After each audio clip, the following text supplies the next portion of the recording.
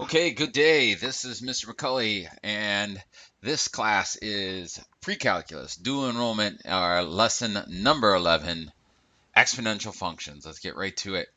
So today we are going to recognize and evaluate exponential functions. We're going to graph some exponential functions, and we're going to recognize and evaluate exponential functions of base e.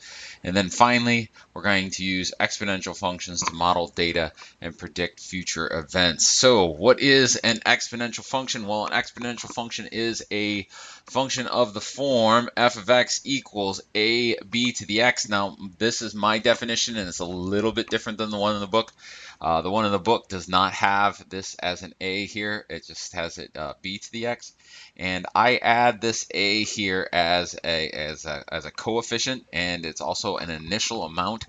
And it makes a lot more sense to do it this way, especially when we get to the special use exponential functions like exponential growth and decay. So when we look at it in this case, we're going to call b our base. X is going to be our exponent, and again, this is the first function, at least for this year, where we've talked about the variable, the independent variable, as an exponential value, and then a is a coefficient. Now, in general, as long as a and b are both positive, your general graph of an exponential function is going to look like this, where this value right here is going to be the a value, and the b value is kind of going to determine the shape of this curve. And again, as long as a and b are both positive, it's always going to go up like this. But the larger b is, the closer it's going to hug the x-axis here, and then a steeper once it goes through, or the steeper it will go once it goes through a.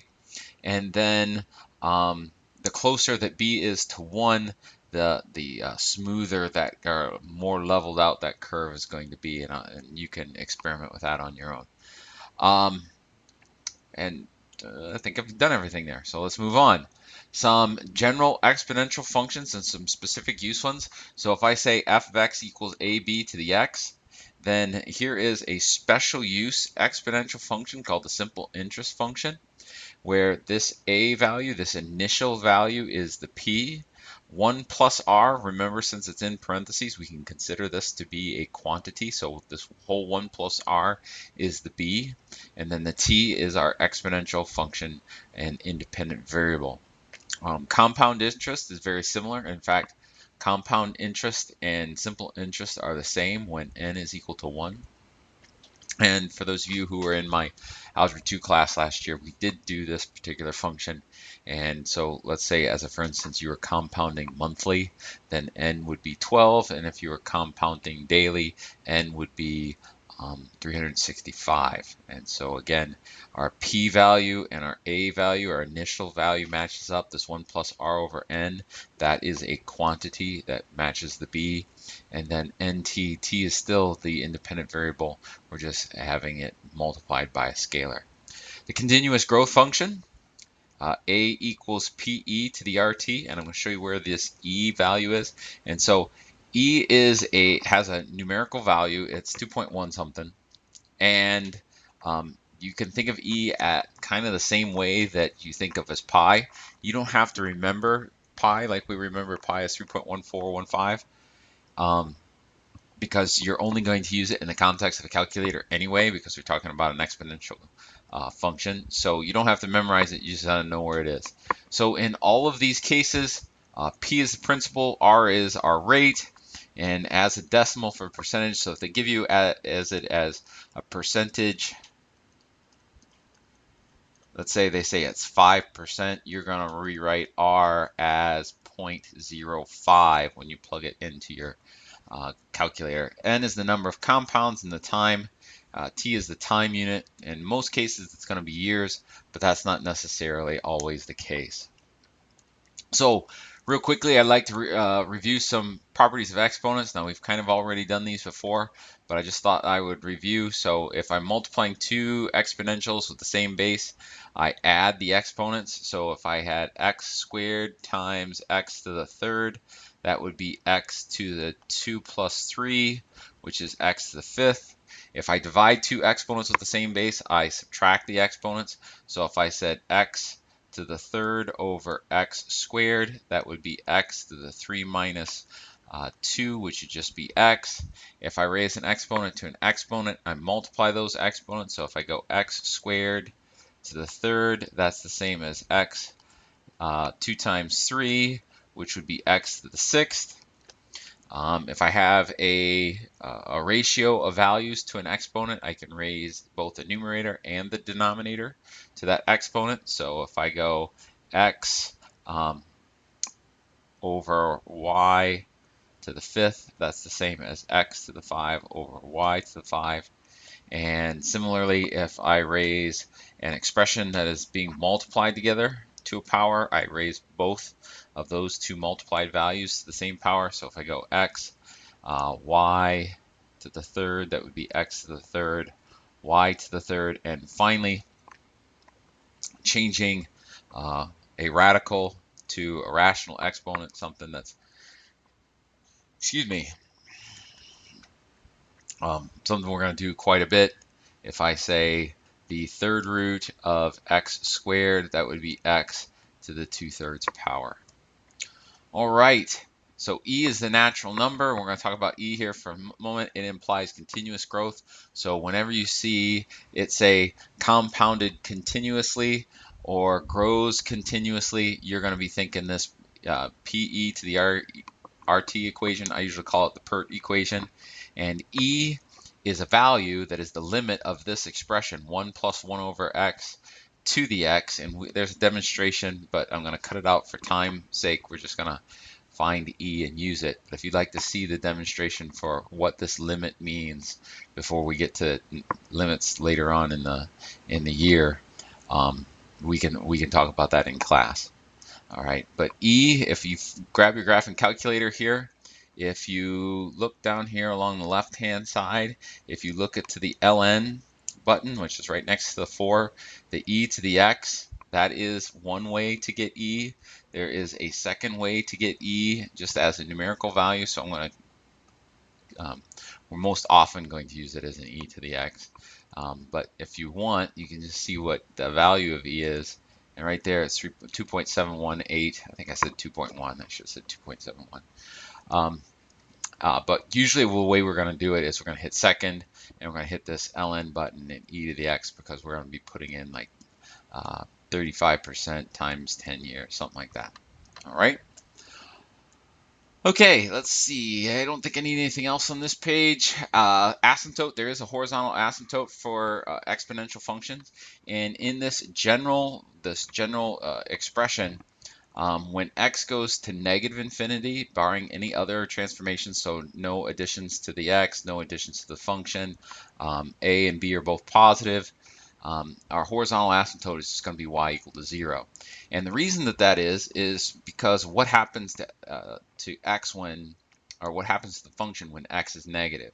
And so just as a real quick aside, let's say I had, and we made it y equals 1 times 2 to the x, just as a for instance. If I said, here are my y, are my x's, and here's my y values, just as a real quick little aside.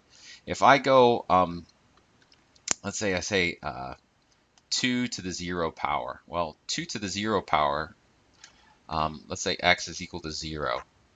And let's do it this way. Let's do it this way.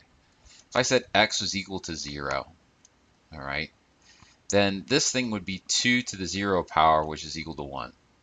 If I start counting 1, 2, 3, 4, and that's all further I need to go, I would get 2 to the first, which is 2, 2 squared, which is 4, 2 to the third, which is 8, and 2 to the fourth, which is 16. Now, if I go from left to right, 1 times 2 is 2, times 2 is 4, times 2 is 8, times 2 is 16.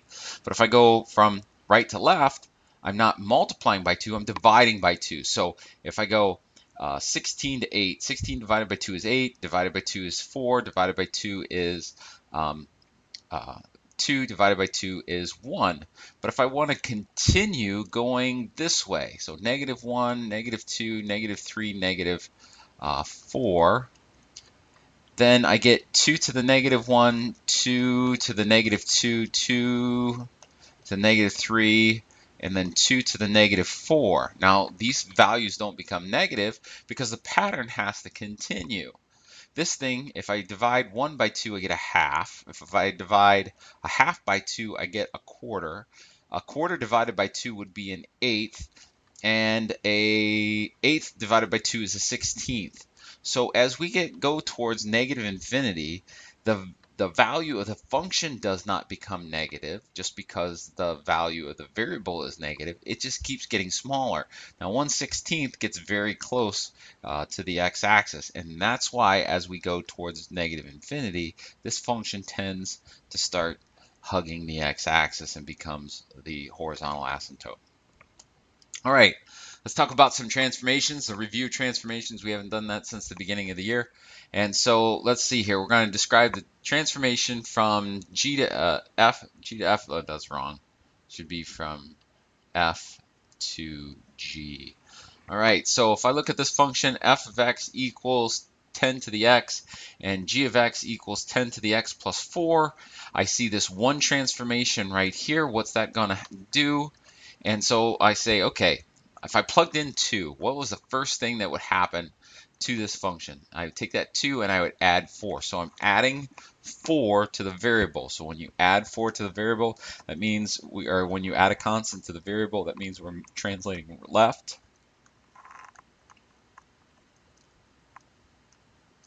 4 units.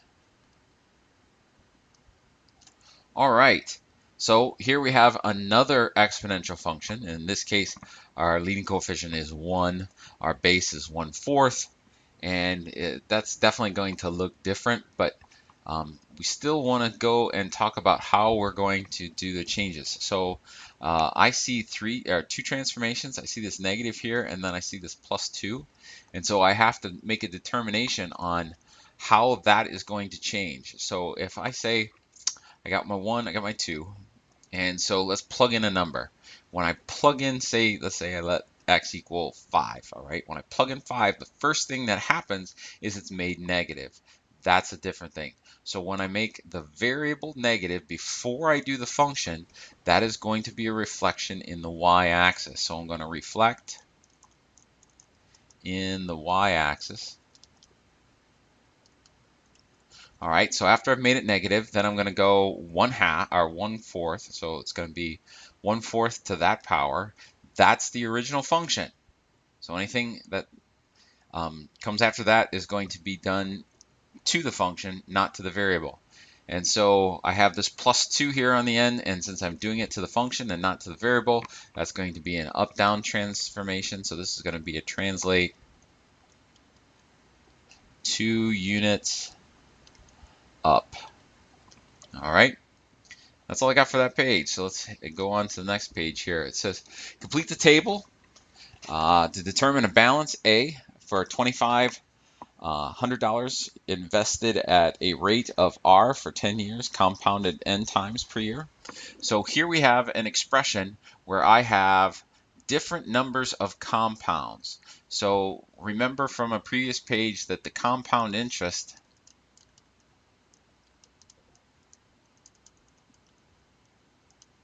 equation is A equals P times 1 plus R over N, that's an N, that's an R, to the NT. Okay, now that's going to work for these first 1, 2, 3, 4, 5 different expressions.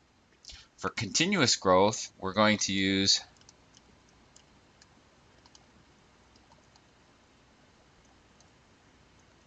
the A equals PE to the RT.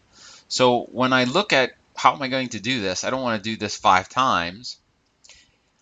If I look at this, my p-value is 2,500. My R is 6%, so 0.06. My N, well, that changes, but my T is 10 years. So if I look at this original compound interest equation, I've got 1, 2, 3, 4 variables, and I have 3 values. So the only thing that changes is this N value. So I can come over to my graphing calculator, go to my y equals, and we can set up a table to do all of the work for us. So we're going to type in the 2500 that we need for our p. We're going to go 1 plus, we're going to hit not second, we're going to hit alpha, and then we're going to hit that 1, and we're going to make a fraction there. Our rate was 6%, so 0.06. We're going to put x there for our changing n values. We're going to close the parenthesis. We're going to raise it up there, and then we're going to go, it's going to be x times 10. So that's going to be our number of compounds. All right, so that's going to get us those first 5 values, and we're just going to type in the values for x that we need. So we're going to go second, we're going to go window to bring up the table set, and if you don't already have it on ask, you're going to turn it to ask, because that's what we want to have here. Now we do want to start at 1, actually, yeah, we want to have it at ask, so changing the table start to 1 doesn't really matter. We should have just been able to leave that. But I'm going to go second, and I'm going to hit graph to bring up the table. It shouldn't have anything, but it does. But what we're going to do is we're going to type in this list of numbers here. So 1, 2, 4, 12. So yearly, semi-annually, quarterly, monthly, daily. So 1, there's simple interest, there's biannually, there's quarterly, there's monthly, and there's daily. Now what you'll notice here is that even though we're compounding it a lot more, the actual change is not a whole lot, all right? So I'm going to let you fill in the box, but my first box here should be 44771, and then we don't know what it is, so we'll make it a 0. So 447, I forgot, 4477.1. So it's dollars. 447, we'll fix that into 7.10, and that'll be the first box. And then you would plug in those other numbers for that. Now for continuous, we actually have to go back and do a different calculations because it's a different equation. But it's still that PE to the RT equation, so we're going to go 2500, there's our P, and then we're going to hit second, and then the LN button here to bring up our E. So there's my P, E, and now we need to do the R times the T. So the rate was 0.06, the time was 10 years, we hit 10, and so 4, 5, 5, 5, and 30 because the 7 would round it up. So this one is 1,000, 4, 5, 5, 5, 30. Check to make sure I copied that right. That looks good. And we're done with that one. All right, last equation here. So our last question here. Question says Q represents a mass. I got a typo there. I might fix it before I put it up there. MASS in grams of radioactive radium whose half-life is 1600 years. The quantity of radium present after T years is given by this equation. So this is a half-life question. Basically says that if you have something that's radioactive, over the years, the amount of that radioactive material will diminish, and it's diminishing at this particular rate. So if I want to determine an initial quantity, how much in terms of grams, because it says mass in grams, when T is equal to 0? Well, I'm just going to plug in 0, and we can actually do that in our head, because if I plug in T of 0, 0 divided by 1600, well, 0 divided by 1600 is still 0. We know that anything to the 0 power is 1, so 1 times 25 has to be 25. So the answer to this is 25 grams. All right, so to determine the quantity after 1,000 years, so if I'm doing B here, it's going to be Q equals 25 times 1/2, and then it'll be 1,000 over 1,600. So that's definitely going to be smaller. It's not going to be a whole half-life because we said that half-life was 1,600. So it should still be more than half of whatever 25 is. So let's go to the graphic calculator and let's type that in. So it was 25, and then parentheses, and then we'll, just to save us some time, we'll go 0.5, and then raised to the 1,000 divided by 1,600. When I hit enter, I get 16. Again, that's less than half of 25, and we'll go 3 places because we're talking grams, not anything specific. So 16.210 grams. So 16.210 grams. All right, so use a graphing calculator to graph a function over t equals 0 to 5,000. Okay, let's do that. So go to my y equals. I cleared this stuff out from the last one. It's 25 times 0.5 raised to, it'll be x because that's going to change, divided by 1,600.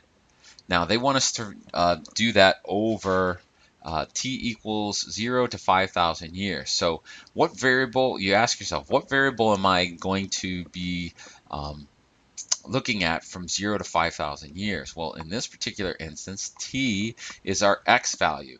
So when I go to set up my window for this thing, I'm going to change my x maximum. I'm going to change it to 5,500 years.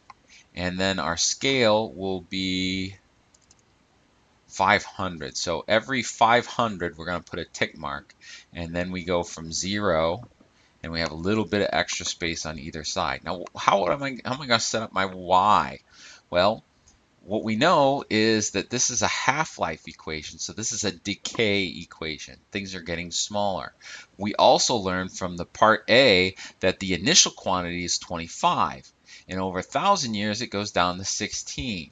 So these are my Q values. These are my Y values. So since the initial amount is 25 and after 1,000 we get 16, we could feel fairly confident that this 30 that we had in there from the last question is still going to be okay because all we need to see is 25. That's where our initial quantity is. So if I hit graph here again, we see that we have a fairly decent graph. All right, so there's my graphing calculator. Will the quantity ever be 0 grams? Explain. Okay, well, let's talk about it in terms of the function here. Will this function ever be equal to 0? And the answer to that is always going to be, so for part D, it's going to be no. It's never going to be equal to 0 because even though we start raising this, let's talk about raising this to bigger and bigger numbers. A half squared is going to be 1/4. 1/4 times 25 is 25 over a fourth. Let's say if we raise this up to so that this number is 3 times 1,600, so 3 times 1,600 divided by 1,600 would be 3. So I'd have a half raised to the third. Well, that's 1/8. 1/8 times 25 is going to be 25 over 1/8. And so no matter what happens, I'm going to have 1 over something times 25. So for a fraction to be 0, and that's what this base is, it's a fraction. And so for that fraction to be 0, I have to get 0 in the numerator. And so I will never get a 0 in that numerator. So again, the answer is no, and that is because the base, in this case 1/2, will never be 0 regardless, G-U-A-R-D-L-E-S-S, I think, regardless of the value of the exponent.